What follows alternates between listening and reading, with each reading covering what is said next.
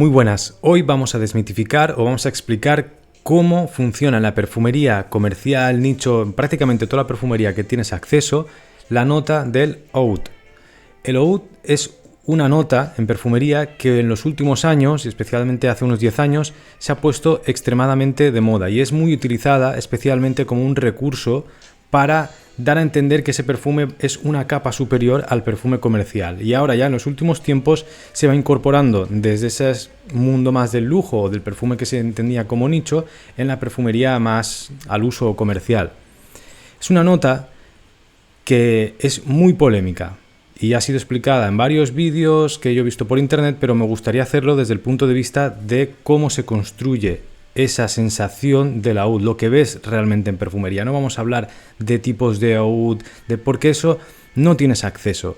Hay muy poca gente que realmente tenga acceso a esos tipos de oud concretos que vienen en los frasquitos y que puedes conseguir de Laos, de Camboya, de India.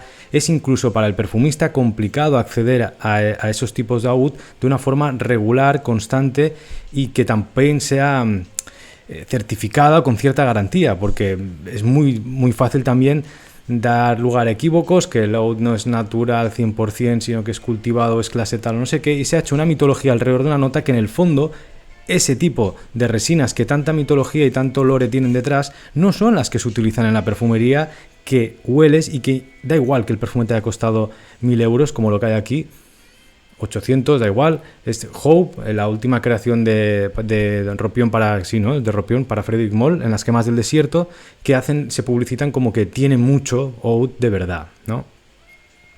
Pues bien, como ya sabéis, o por si alguien es nuevo, yo me dedico al arte, pero desde hace un tiempo estoy trabajando en la parte olfativa dentro de unos proyectos. Entonces utilizo las herramientas de perfumería en lugar de orientarlo hacia una marca que hace algo comercial, que se fabrica en un laboratorio o lo que sea, hacerlo hacia la parte más artística. Pero las reglas que se utilizan son las mismas. Tanto las normativas de IFRA para no hacer ningún escándalo ni irritar la piel a nadie, como los elementos que serían como los colores, los pinceles que utilizo, ¿no? Es lo mismo que en pintura, en lugar de utilizar química para los colores, se utiliza química para los olores. Y hay unas herramientas comerciales y naturales, tanto de aceites esenciales como moléculas, a las cuales, pues bueno, si tienes el conocimiento suficiente y has acaparado la información suficiente, puedes jugar con ellas. Y en este caso, pues tengo la suerte de haber nacido en el pueblo donde se fabrica prácticamente pues, la mitad de las moléculas de la perfumería del mundo y mis colegas trabajan ahí, etcétera. Entonces tengo bastante información. Por eso, hoy vamos a desmitificar la nota del oud o la vamos a dar a entender desde el punto de vista que necesita.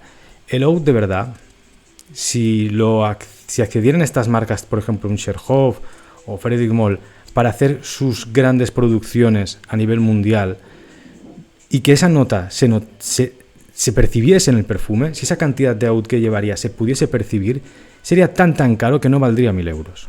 No solo eso, no podrían fabricar ni 1.000 botellas probablemente. Tendrían que fabricar 50, 100 como mucho y con suerte. Entonces, esto tiene que quedar muy claro. No vamos a hablar de tipos de oud naturales, vamos a hablar de cómo se construye el oud que hueles. Prácticamente nunca lleva oud de verdad y cuando lo lleva es en un porcentaje del 0,05%, 0,01%, para justificar si sale una cromatografía de gases que aquello sí que lleva oud de verdad. Y lo lleva, pero es imperceptible, prácticamente es imperceptible. Tendrías que tener una nariz privilegiada para poder percibir ese oud natural. Es muy complicado. Luego también, las confusiones que suelen haber. El oud indio es el más apestoso, animálico, tal, no sé qué. El oud camboyano o el de Laos es el más... Esto también son apreciaciones totalmente estúpidas. ¿Por qué? Porque si no tienes ese aceite esencial del oud indio concreto, porque pueden haber varios también de una misma procedencia, no puedes saberlo porque en los perfumes que has utilizado que te llevan a esa sensación más sucia no existe. Cuando huele a quesito, que es por el ácido butírico, es porque el perfumista ha utilizado una base sintética de Firmenich que se llama Pretty Oud o Leather Oud, que es una base que contiene naturales y químicos muy costosa, es decir, que no es que sea una materia prima barata, pero que está estandarizada. Por lo tanto, cuando hueles el quesito de Hombre Nomad o el quesito de, yo que sé, de X perfume de oud que da la sensación por ese aroma del ácido butírico que es como real, está muy presente el oud, es precisamente porque lleva Pretty Oud o Leather Oud, en lugar del Synth Oud 1103 de Firmenich también, que está más basado en el cipriol y como una sensación de evocar la corteza, o el Agarwood Gifco de Givaudan, que es una base que mezcla incienso, cipriol también y un montón de moléculas. Es una base bastante compleja y muy chula que trata de emular lo que sería más la corteza o la resina fresca y no macerada, ¿no? Luego hay otros tipos de oud sintéticos o bases que ya distribuyen una de estas grandes fabricantes para estandarizar ese oud, pero con un toque de calidad, ¿vale? Esta es la primera, esto suele ser lo más normal. Después, cada perfumista sustenta esas bases o ese minúsculo porcentaje de oud que te han justificado para cobrarte 500 pavos por la botella, y no lo vas a valer nunca, con cosas que lo ensucian o que generan la sensación que existe en el mercado del oud. Y esto es muscona, muscenone delta, muscenone normal, una sobredosis o una sobrecarga de nagarmota o papiro o algo o cipriol ya directamente, que es el componente principal de estas plantas. Yo que sé, os leo un acorde de oud que yo tengo aquí, mira. Tengo varios también para sustentar cuando hago algún perfume que quiera que tenga esto, porque es normal, es que hay muy pocos perfumes que puedan llevar eso. El de Ponsat, por ejemplo, que lleva el mismo oud que suelo usar yo, que es el oud indio de Maese Pao, es extremadamente caro. Si cada botella, para que se perciba, tiene que llevar medio mililitro o 1 mililitro por 100 mililitros, son 50-60 euros, ¿vale? Por cada botella solo de esa materia prima, ¿vale? Haced los cálculos. Y luego el tener que conseguir eso para hacer una producción que al que vaya es imposible prácticamente, o es una ruina directamente, o es una epopeya o una proeza. Aquí cada uno que califique. ¿Qué pasa? Ese oud no es sucio. Tiene el toque de la valeriana, por ejemplo, ese olor de toallita mojada, de perro mojado, sudado de hace un mes, un olor de pececitos muy ligero a la vez que aromático, al mismo tiempo tiene la resina, es un olor complejo, por eso gusta tanto esta nota en la perfumería, pero nunca la hueles en ese estado natural, es muy complicado que la hayas olido así. Y aquí no está, por ejemplo, aquí se huele más el ISO Super que hay, porque aquí hay una carga de ISO Super con Ambroxan, que suele ser bastante común en este tipo de acordes, del 10, 15, incluso, bueno, yo diría que está entre el 10 y el 15%, es lo que acaba quedando. O por ejemplo, en Wardalut, de Cherhoff, que es un atar que intenta imitar los atares clásicos árabes, donde sí que va y parece que reparten el oud a mansalva, trata de acercarse a ese punto, pero ¿qué pasa? Al combinarlo con la rosa de nuevo, pues por legislación tampoco la puedes poner en grandes cantidades y natural también valdría un dineral, no sé qué vale más y al final si el auto la rosa que estés usando. ¿Y qué se hace? Pues un acorde sintético de rosa a través del alcohol fenil, de óxidos de rosas, de cristales de rosas, de amacenonas, otras bases que hay 1000 millones de... Bueno, hay citronelol, geraniol, incluso como mucho, si estás en plan luxury, pues le puedes meter una carga de geranio bourbon o geranio egipcio para darle ese toque natural y no tener que usar el geraniol supra y acetato de geranil. Bueno, entonces, a través de estos componentes que generan el acorde rosa, cuando los juntan con ambrocenide, amber extremo, un super ámbar de estos que levantan mucho, o el ambroxan, lo que acaban consiguiendo, si no es elegante ese acorde y está bien hecho y no trata de ser realista, es que te cargues el oud que lleva al lado, porque acabas utilizando los mismos ingredientes como un citronelol en sobredosis. Y he visto casos que también se pueden llegar a poner algún aldehído y eso es una cagada tremenda, porque lo que haces es que huela a detergente, pero no porque estés criticando aquello, sino porque literalmente, como explicaba en el vídeo anterior, es la misma molécula que se utiliza para hacer el detergente de tu casa. Entonces, si esto en algún momento llevaba esa carga de oud natural bastante elevada, te lo cargaste con lo otro, al meter los elementos de detergente al lado de eso, que es a lo que acaba oliendo a lavabo, ¿no? Porque si encima el oud tiene ese toque más sucio, fermentadito, que es lo que se intenta apreciar, por querer darle el toque occidental, querer agradarlo, ¿no? Te la acabas cargando. Bueno, por ejemplo, un acorde de oud que yo tengo aquí, que es bastante, que utilizo bastante cuando quiero algo más amaderado, yo lo llamo acorde de oud, pero porque me lo quiero llevar a algún lado. Luego hay otros que tratan de ser más sucios, o directamente si quiero evocar esa sensación de la gente en la perfumería comercial, pues uso directamente el leather oud o alguna de estas bases sintéticas, que también tienen componentes naturales, o sea, tampoco esto es una crítica. Mira, por ejemplo, no digo las proporciones, digo los ingredientes: nagarmota por el cipriol, cedro de Texas con una mezcla también de cero del Atlas, que es un poco más pipinoso, digo yo, tiene un toque más de orín, cedro del Himalaya, porque tiene el Himalachene, que también lo llevan muchos oud y que tiene ese toque más dulzón, es súper guapo, pero tampoco te puedes exceder, digo en el acorde, no por... Entonces, el cedro del Himalaya para mí es clave, el Castoreum o el Paracresol en muy pequeña cantidad, que al fin y al cabo comparten, el Paracresol está presente en el Castoreum sintético, pero el Castoreum lo encuentro un poco más controlable. El Paracresol, como te flipes demasiado, es extremadamente cochino, atosigador, malo. Ese Paracresol es el que se pone siempre que hay un oud que dices que huele a establo. Cuando dice alguien, no, es que huele a establo este oud, porque es un oud muy bueno. No, lo que le han metido es el Paracresol junto a ácido butírico aparte. En este caso, cuando yo quiero meter el ácido butírico, utilizo una tintura de ginkgo biloba, el fruto. Entonces le da el suficiente toque de ácido butírico, pero más sutil, no de una forma tan directa. Lo mezclo también con la muscona y el muscenone. Luego le echo un poco de vainilla natural y un porcentaje muy mínimo de vainillín para darle ese toque de pegada en base, el safraleín por ese toque de cuerito. Todo esto son puntillitas muy muy pequeñas. Lo principal son los cedros, la nagarmota, el palo santo, un toque de tintura de comino que tengo para controlar el comino, que también ensucia o da ese aroma más animalito, más de sudor. El palo santo, que ya lo he dicho, también principal, tanto en aceite esencial como en tintura. Bálsamo de Gurjún, que es clave para hacer este tipo de acordes.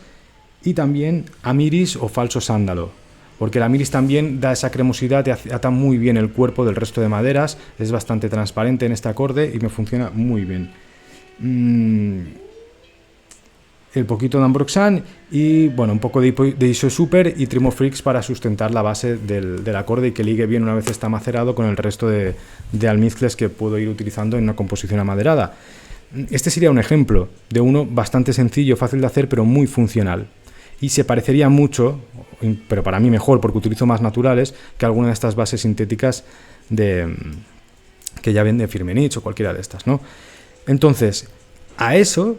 Después yo en composición puedo estar utilizando, me invento, ¿vale? Un 1% y a ese 1% le añado dentro de la fórmula que yo quiero hacer, si me lo quiero llevar a un oud de no sé qué, y cojo y le meto un 0,3% en fórmula. Y ya sería el triple, cuádruple mortal de lo que lleva el perfume más caro de oud que has probado, ¿no? Entonces yo sustento eso, porque de lo contrario tendría que poner una cantidad de un natural que tendría que hacer 5 atares y venderlos a una cantidad de precio desorbitado, que se puede hacer, pero no es... Al final llega un momento en el cual, o sea, no nos volvamos locos, ese tema del oud, buscamos esto, lo que acabo de explicar, es la sensación que busca la gente, que yo ahora ponga oud natural o oud tal, no te va a cambiar la sensación. De hecho, yo recomendaría que si te gusta mucho el oud, no te gastes la pasta en perfumes que dicen que lo llevan, cómprate directamente en páginas de estas de otros países, que te compres un kit de aceites de oud, te va a costar lo mismo o menos que un perfume de estos nichos de 300-400 pavos, tienes la resina del oud directamente para oler y encima te puedes permitir el lujo de comprarte otro kit de rosas naturales, una rosa de Bulgaria, una damascena, una turca y también un aceite esencial que es diferente que el absoluto, mezclarlos en tu casa, porque si no eso también te puede dar alergias o lo que sea, sobre todo la rosa, y mezclarlos y hacerte tú ahí tu película, olerlo simplemente y disfrutarlo, porque el resto de perfumes te están vendiendo otra cosa.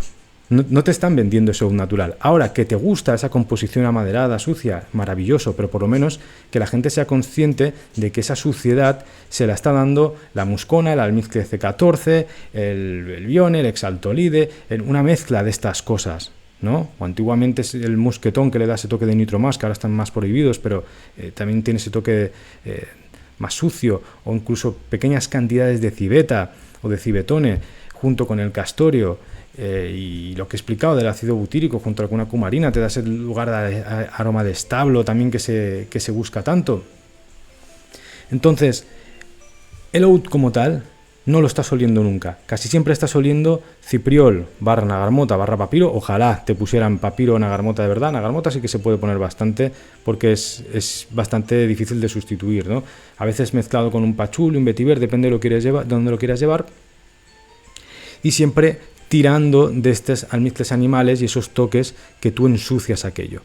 De lo contrario, no tendrías esa sensación. Esas sensaciones siempre suelen quedar en base o a veces, como el Lederoud, salen bastante en salida. para luego dejar el tono más resinoso, amaderado. A partir de ahí, si le metes, por ejemplo, esto sí que se utiliza bastante natural, resina de benjuí, pero muy poco, endulza de una forma orgánica, para no tener que sustentar ese dulzor en un maltol o en un etilmaltol que te lo llevaría a lugares mucho más de dulzor artificial. Pues el clásico ejemplo es el Baccarat Rouge, pero yo en este caso en cantidades diría el de Naxos de Cherhoff, que tiene esa cantidad justa de maltol, no de etilmaltol, sino de maltol, que es un poco más dulce, caramelo más exagerado, que le da el tono de dulzor, pero no molesto. Eso es diferente a lo que le puede dar un benjuí. Vale, esto es lo que hay respecto al oud. En muy pocos casos ha salido algo que no sean estas combinaciones de almizcles, y siempre sustentado en el Muscenone, Delta o la Muscona. Son diferentes, son una serie de almizcles que tratan de evocar el Tonquintone, Shangri-La en general, pero los que más se usan es el Muscenone o la Muscona, que son unos almizcles que tiran hacia lo transparente, pero del lado animal. Igual que todo el mundo ha oído hablar del ISO Super, que es un almizcle que tira de lo transparente, es decir, que mezcla muy bien con el resto de ingredientes y tú puedes dirigir, orientar, sustentar moléculas muy pesadas que generan una base sobre las cuales puedes construir y pintar colores distintos. No es como un limón que ya tiene un color determinado, ¿no? Sino que esa base es medio transparente, pero hacia un lugar. En este caso el ISO Super siempre tira hacia lo amaderado, ¿no? Y mezcla con el Ambroxan, que siempre tira ese marino, dulce, agradable animal, pero muy sutil, transparente, adictivo, típico de la perfumería masculina, etcétera, que combina muy bien con la rosa y con este tipo de maderas. Pues en este caso hay almizcles como el Exaltolide, o la Muscenone o el Muscone Muscenone Delta, que tiran hacia más el lado animal. Y cuando hablamos de animal, no es civeta o castorio, que es un olor que si lo hueles directo es muy desagradable, porque hasta que no está rebajado y mezclado con otras cosas es literalmente desagradable, ¿no? Olor de culo de mono o olor de pipí o olor, ¿no?, como el Animalis y esta serie de almizcles. No, es esa transparencia, pero más de decir, vale, me huelo la piel después de no haberme duchado en 2 días o en un día, que puedes decir, no el sobaco, la piel, hablo directamente, yo es que me he duchado, pero esa sensación de humanidad al mismo tiempo que es agradable, ¿no? Eso sustenta muy bien cuando yo voy ensuciando, entonces yo voy controlando las capas de suciedad que le quiero ir dando. A partir de ahí, junto a las resinas y los acordes del Gurjún, del bálsamo de Gurjún, del cipriol, del palo santo, sí, el palo santo hay que tener gracia para echarlo ahí, porque normalmente no lo ponen tampoco, se limitan a un amiris, cipriol y Gurjún como mucho, y allá te estás encontrando algo que es excepcional, que es que hayan metido naturales, y eso es lo que te cobran como load. Se está cobrando la excepcionalidad de meter unos naturales que en perfumería normal no se pone. Es que esto también, ¿no? Pero bueno, esto sería otro tema de debate, ya hablaremos de los sándalos, por ejemplo, en otro vídeo. Básicamente, si tú ahora cogieses las fórmulas de todos esos perfumes de 500, 400, 800, 900 pavos, vas a tener el mismo funcionamiento, el mismo. Un Trimofrix por medio también sustentando en el medio, todo esto es el mismo funcionamiento llevado a un lugar o a otro. El resto es marketing en perfumería, que funciona como fórmulas y funciona como olor. Claro que sí, y a mí me encanta. Y me flipa, pero tienes que saber qué es, porque la gente empieza a hablar cuando ve esos perfumes de lo que le cuentan, de ese relato, ¿no? Y es de Laos, y de no sé qué, y el indio no sé cuál, y no es verdad, no es verdad, estáis hablando de otra cosa. Pero bueno, eso también que sirva para la gente que no está tan metida dentro de la perfumería, a poder distinguir los matices o las capas que hay, por desgracia, en este mundo del arte olfativo, del marketing y de las grandes marcas.